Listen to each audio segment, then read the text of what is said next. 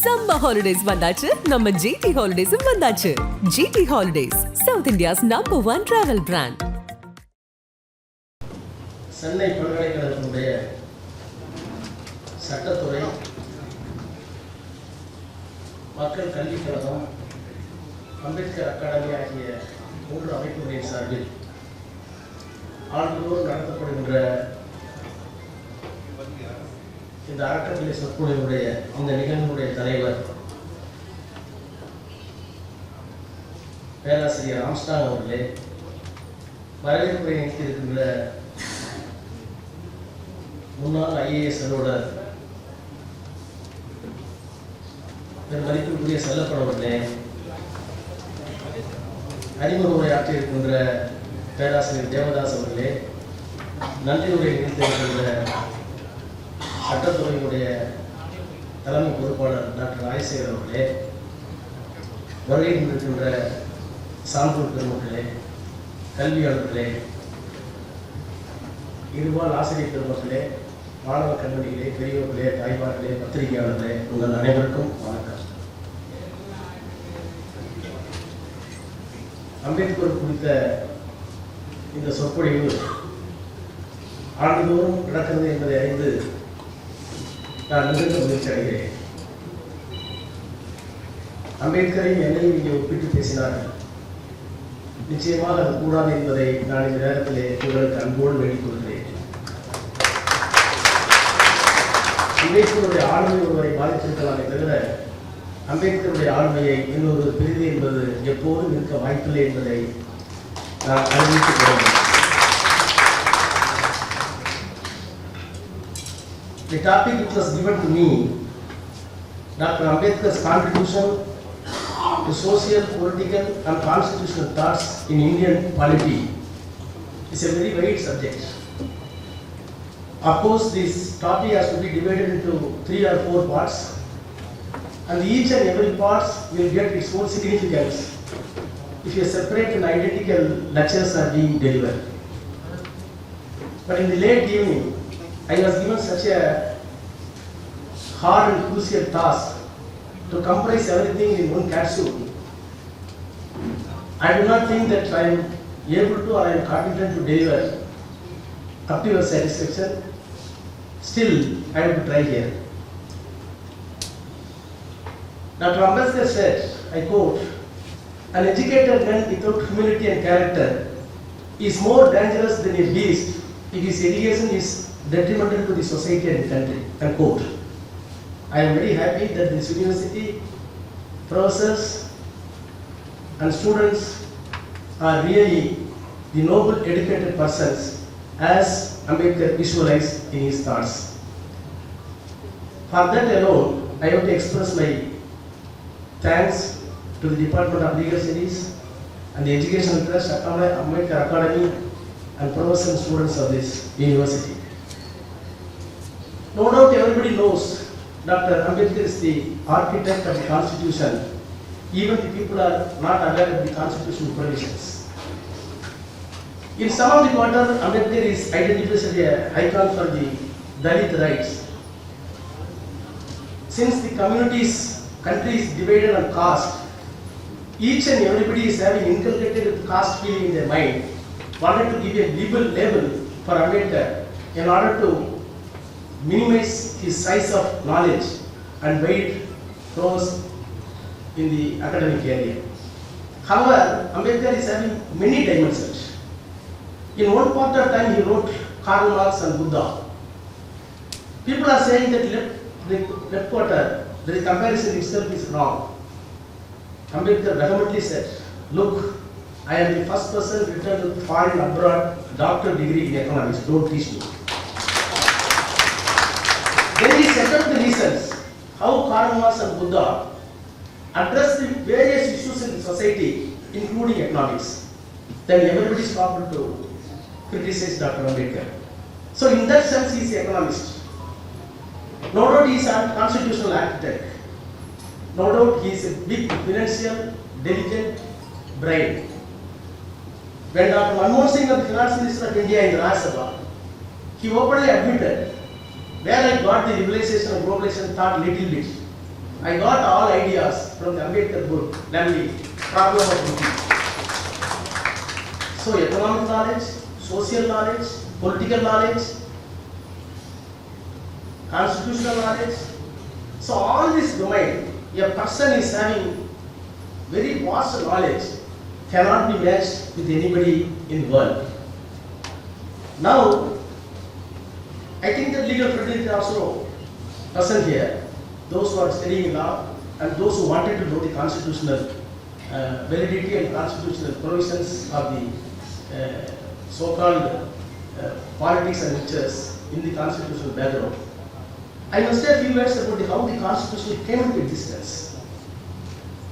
Each and everybody, before reading the constitution, which was led by Dr. Ambedkar, my humble appeal to all of you, you should go through the studies of Constitutional Assembly debates where Ambedkar stood as a rock when the very important and sensible provisions are introduced and passed in the Constitutional Assembly. Most of the people are not aware. Even prior to the constitutional making, our national flag was designed. What happened? How many people are new? The contribution by the Ambedkar starts from there itself. Gandhi insisted Nehru and Ambedkar, the Congress flag will be the national flag. That the Rata Tindal must be there in the center of the tricolor flag. Ambedkar did resist it. The reason is, he discussed with Nehru, everything is in the book. The reason is, the Rata Tindal is not a permanent one in the course of Industrial Revolution. He did foresee, today I can go in the bullock cart, tomorrow bullock cart may disappear. Because the society is changing, the industrialization is being taken place. So if you are putting the Tindal, Rata in the middle of the flag, the international community will laugh at us. Then Nehru asked what will be the solution. Then he discussed in person with Nehru. This country was divided by caste and greed in the name of religion, in the name of Vedas, in the name of Upanishads, in the name of so many so-called literatures, which were vanished in one point of time under the Buddha regime, which was known as King Ashoka. King Ashoka abolished all this nonsense and established the egalitarian society. He invented a chakra which donates. The chakra always, the wheel is always rotating, so that the entire prapancham, the entire universe, the entire society is always changing. So when you are getting a national flag, it must be no static, it should be dynamic. So put Ashoka chakra inside. Ultimately they accepted. When the flag was introduced in the Constitutional Assembly, I must quote few words.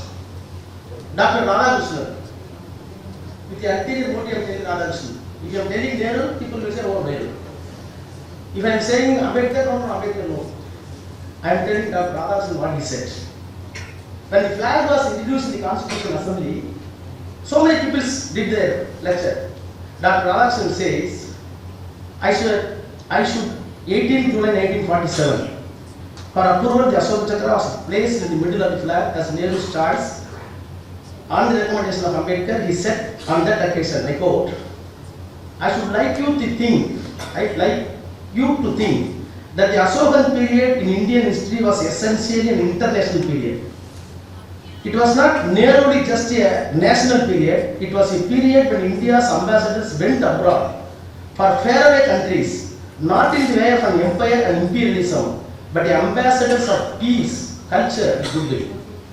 He did not fail to mention, it is a folly for any nation or race to think that it can only give to and not to receive from the rest of the world. Once a nation or a race begins to think like that, it becomes rigid and becomes ungrowing. It grows backward and decays. In fact, India's history can be traced India's period of decay are those when it closed and refused to receive. Another second point is very important.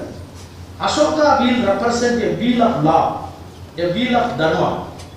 There are ever so many institutions which were worked into our social fabric like caste and untouchability. Unless these things are scrapped, we cannot say that we either seek truth or practice virtue. This wheel, very important, not Raja, not Radhakrishnan. This wheel, which is a rotating thing, which is a perpetually revolving thing, indicates to us there is a death in stagnation. Death in stagnation. There is a life in movement. Our so-called dharma is sanadana. Our so-called dharma is sanadana, eternal, not in the sense that it is a fixed deposit, but in the sense that it perpetually changing, rotating as Ashoka wheels rotates. Its interpreted continuity in its sanadana character. So even with regard to our social condition, it is essential for us to move forward. This flag tells us, be alert, be ever on move, go forward, flexible, compassionate, decent democratic society in which Christians, Sikhs, Muslims, Hindus, Buddhists will all find a safer center. Unquote. So when the national flag of this country was designed, Ambedkar did a big role in considering its name. Ultimately, the tindle ratai was removed and Ashok Chakra was placed in the flag. Most of the people are known. Gandhi openly said, my will was not activated. There is no tindle in the flag. I will not salute this flag. It is there on record. Gandhi said, I will not salute this flag. The irony is that he did not salute the flag, but on his dead body, the flag was placed. So making the constitution right from 1946, the national flag itself, Ambedkar role was very big. Thereafter he introduced the constitution. When the constitution preamble was enacted, he wrote in such a way, we the people of India having solemnly resolved to constitute India into a sovereign, secular, socialistic, democratic as it is now. But the socialistic and secular, both words are not there when Ambedkar enacted the preamble. He was very clear, as one of our speakers put it. Some people wanted to say that constitution must start in the name of God. Then who will be the God? That will be a problem. Some people suggested in the name of Almighty, whether it is Allah or God or whatever be. But Ambedkar said no. The sovereign power of the country must be derived from the people. So people are our masters. So we the people of India having solemnly resolved so faith. Then that time you know how better that the partition was affected. Pakistan declared as a theoretic state. Other Islamic, they declared Islamic country.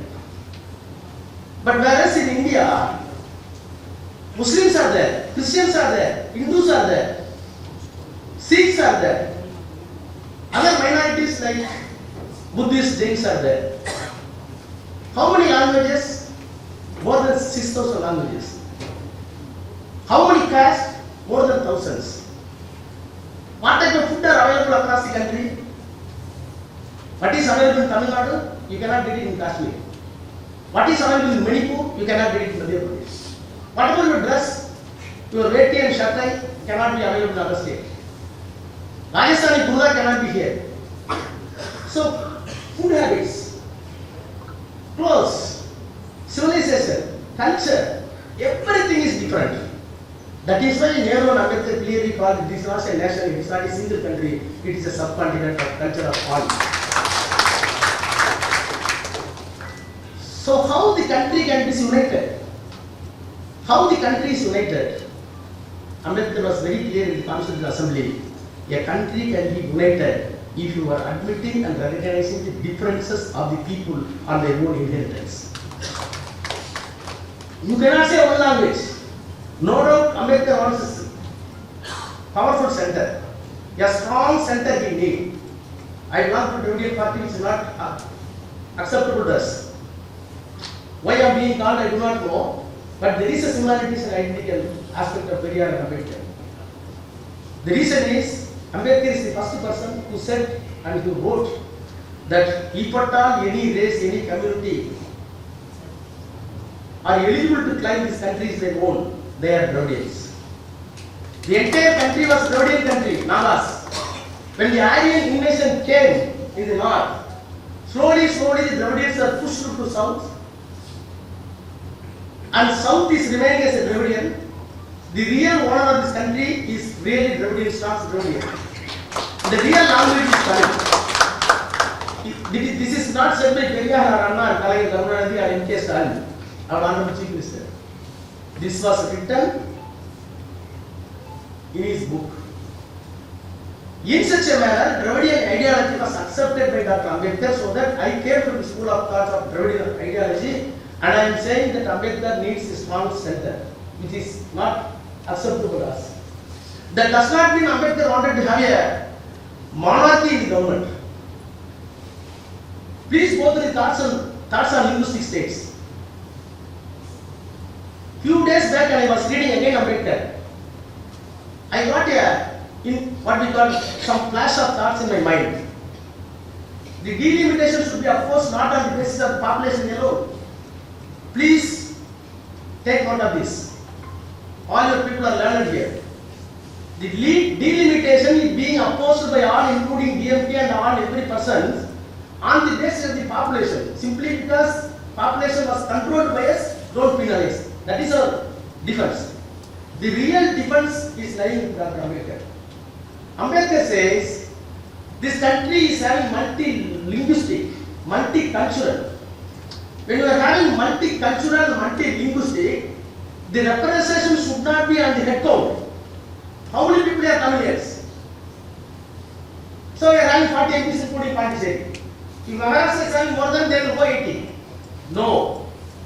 This country is having bilingual, bicultural, various identities, the caste and creed. So each and every cultural, linguistic identity must have its own representation in parliament.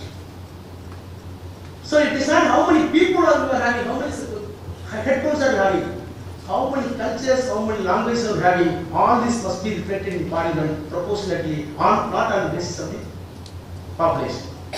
So thoughts on linguistic states, when Ambedkar argued for strong center, thoughts on linguistic states came into existence. He only categorically observed, unless and until the languages are accepted as an integral part, to have an assimilation among the people, the sense of ownership for the people, this country will be fragmented. In 1953, ultimately, Molivari Madilangal amalukku vandana. So this country is divided on the linguistic basis because of the Ambedkar thoughts. So constructing India, right from national flag up to the states, each and every walk, each and every command, Ambedkar said, Ambedkar contribution is there. Alright, now I come to the latest question. The constitution was enacted in the year 1950s. Now we are passing 70 years over the constitution. In 1972, a big question was asked before the Supreme Court. You may have a Kesavananda case. Alright, constitution is good. The fundamental question argued before the Supreme Court, larger bench of 13 judges. The argument took place continuously 70 days. The big legal brain of India at that time, Kalkiwala argued the case on behalf of the government. What is the question? Alright, constitution can be amended, can be changed. Whether the basic structure of the constitution can be amended or not, that is the question. Then condition creators came into argument. Alright, basic structure, you know, what are the features of basic constitution? Basic structure. Then they set out what are the basic structure of the constitution. அரசியல் சட்டத்தின் அடிப்படை பண்புகள் என்ன? First, democracy. Second, secularism. Third, equality. Fourth, federalism. fifth, rule of law. Sixth, independent judiciary. These 3 points, the constitution embody, which cannot be altered at any point of time by the parliament. No doubt parliament is having power under the constitution amend the law, including the constitution. You know better, constitutional amendments are being coming often. That too in Modi government, constitutional amendments are very cheap. They can do anything because of brutal majority. That is not democracy. Ambedkar said parties will be democracy. Democracy is not merely form of government alone. It is essentially an attitude of respect and reverence towards the fellow man. The last man should be revered. That too when the subcommittee for minorities was constituted under the constitutional framing, when the constitutional debate took place in the Constitutional Assembly, there was a subcommittee for minorities that was headed by Sardar Vallabhbhai Patel. Sardar Vallabhbhai Patel was the president of the minority subcommittee. 4 are the members, Pandit Nehru himself member, Rajendra Prasad himself member, Dr. Ambedkar himself member, then K.M. Munshi is member. 4 members, including the Prime Minister of India later, including the President of India later, including the Prime Minister of India later, were the members where Sardar Patel was the chairman of the subcommittee. He moved a resolution. That resolution says what type of rights should be given to the minorities. All these things were contemplated. The very important thing I said, nation plan. Then coming to the aims of object clause. Before the constitution, a resolution was moved by Pandit Jawaharlal Nehru. That is very important. I think that 13/12/1946, if my memory is correct. Aims and object of the constitution was moved by Pandit Jawaharlal Nehru. He moved. Then one Jayadar, you know, the national, very big constitutional expert, he opposed the resolution, giving the amendment on the basis of, on the reason of, the Muslim League is not ready to take part in the Constitutional Assembly. Partition was not affected, 1946. So, when the Muslim League boycotted the constitutional provisions in the Constitutional Assembly, question arose before the Assembly, in the absence of Muslim League, in the absence of the representations from the Muslim League, whether the resolution can be passed or not. Everybody opposed. There was a chaos. Then Rajendra Prasad, the chairman, president of the Assembly, called Dr. Ambedkar suddenly. Ambedkar, please guide us. The opening sentence of the Ambedkar itself and the resolution, because he was shocked. He was not supposed to speak on that day. He said immediately, Dr. B. R. Ambedkar, I quote, Mr. Chairman, I am indeed very grateful to you for having called me to speak on the resolution. I must, however, confess that your invitation has come to me as a surprise. I thought that there was some 20 or 22 people ahead of me. My turn will come tomorrow or after tomorrow. If it did come at all, would come tomorrow. I would have preferred that as today I have come without any preparation whatsoever. என்னன்னா நான் பிரிச்சு கூப்பிடுங்க நினைச்சேன், நான் ப்ரிப்பரேஷனா வந்துட்டேன் அப்படின்னு சொல்லிட்டு அவர் பேசியிருக்காரு பாருங்க. அப்படின்னு சொல்லிட்டு பேசியிருக்காரு. The lecture which was delivered on the day, சொல்லிட்டு இடையில சொல்றாரு, I know today we are divided politically, socially and economically. நாம் அரசியல் ரீதியாகவும் பொருளாதார ரீதியாகவும் சமூகத்தில் பிரிந்து கிடக்கிறோம்.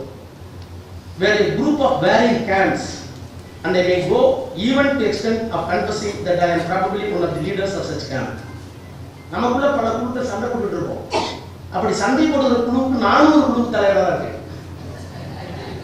ஏன்னா அவர் செல்வா செய்ய கேட்கிறாருல, RSS இருக்குல்ல, இந்துக்கள் இருக்காங்க, முஸ்லீம் இருக்குல்ல, நமக்குள்ள சண்டை நிறைய இருக்கு. No doubt we are having our own conflicts. அப்படி போராடுற குழுவுக்கு நானும் தலைமையா இருக்கேன். But sir, with all this, I am quite convinced that given time and circumstances, nothing in the world will prevent this country from becoming one and oneness. இதெல்லாத்துக்கும் பிறகு என்றாவது ஒரு நாள் இந்த தேசம் நாம் எல்லோரும் ஒன்றாக இந்தியர்களாக வருவோம் என்ற நம்பிக்கை இருக்கிறது. நீங்க கைத்தறமா எங்க கேட்கிறீங்க?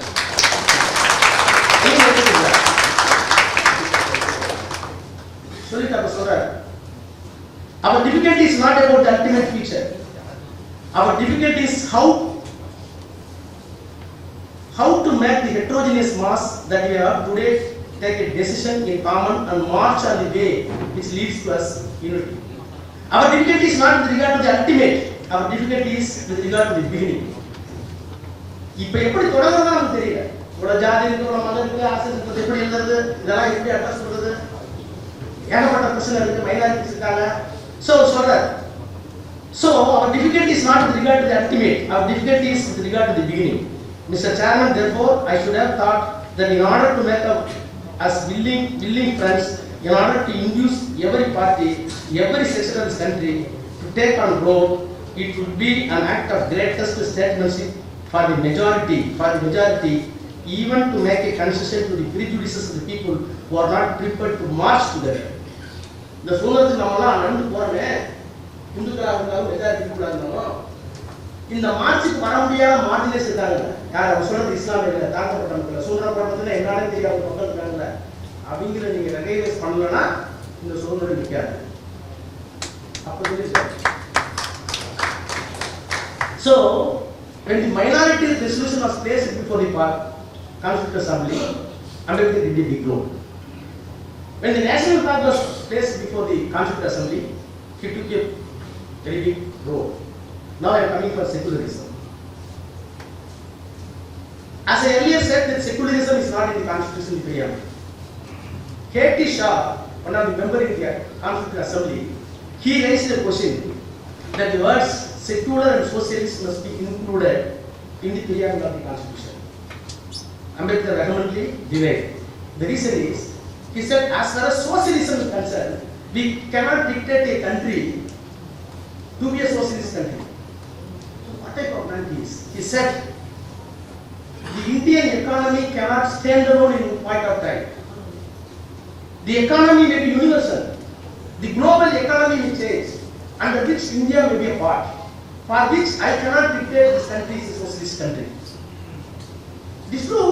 Now we are in the globalization and liberalization. Why Modi is permitting everything? We are not able to stand with socialist country. He did foresee it may not be compulsion on the country to be a pure socialist country. Then he coming to secular. He said secular more than 7 places. I mentioned the Constitution is secular. Go for any provision, 25, Article 14, Article 15. The person should not be discriminated on the basis of the caste, on the basis of religion, on the basis of sex. What does it mean? Religious. The person is entitled to have their own practice and the religious faith. Then it is secular. So I did everything for secular. If you are putting a secular word, people may think why these people are so cautious. And I do foresee that such a bad elements will not come to party to say this country is not secular. I should not be responsible for anything. Ambedkar said that things. So what I am telling you is each and everything, whether it is national flag, whether it is minorities right, whether it is rights of scheduled caste, it is a reservation or future India, whatever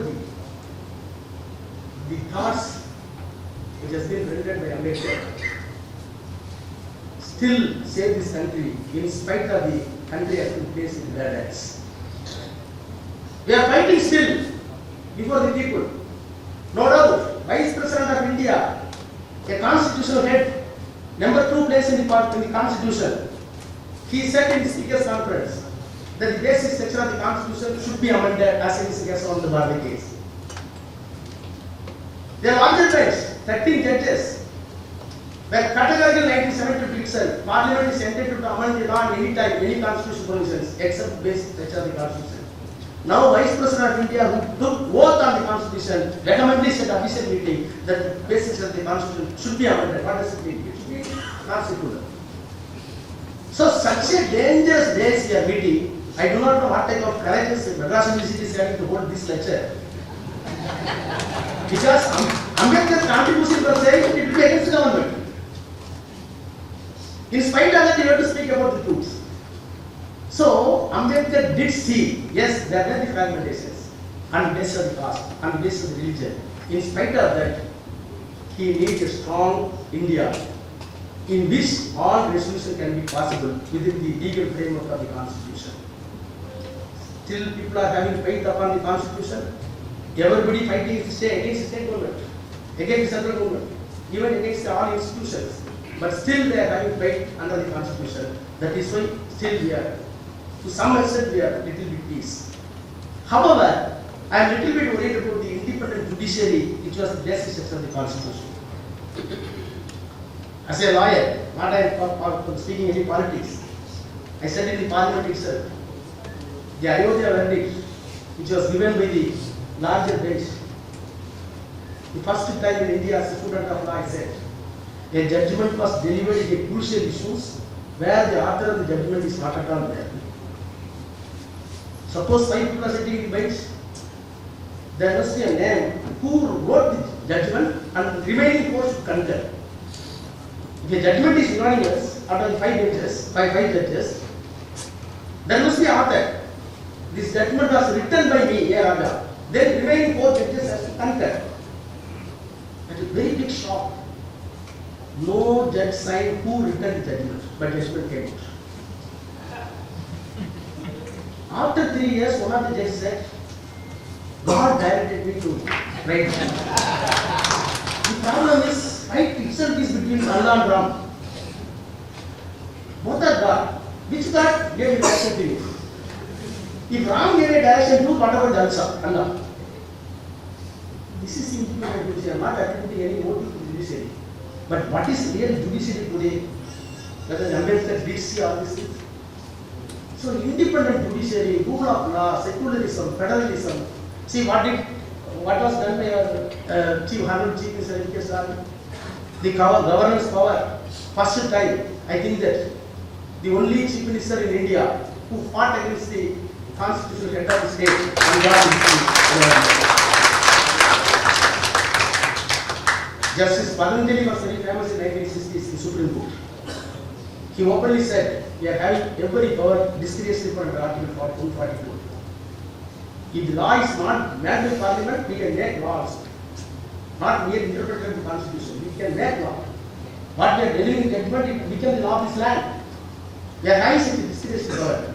That does not mean judges are having disgraceful power. It does not mean that we are having power of a caveman. Discretion should not be a caveman discretion. It should be a reasonable and classical discretion. Today, the journey of the apex court and other high courts are really worrisome. Whether the constitutional provisions are being protected or obligated, that is the question between the people. Day by day, little bit, the faith upon the judiciary is being pulled down or diluted. So when we are celebrating Ambedkar and his constitutional framework and his constitution, we must keep in our mind that the basic structure of the constitution, namely democracy, secularism, equality of law, federalism, independent judiciary, all these 6 points should be protected and crossed. To that point, towards that point, let us march towards Jai Hind.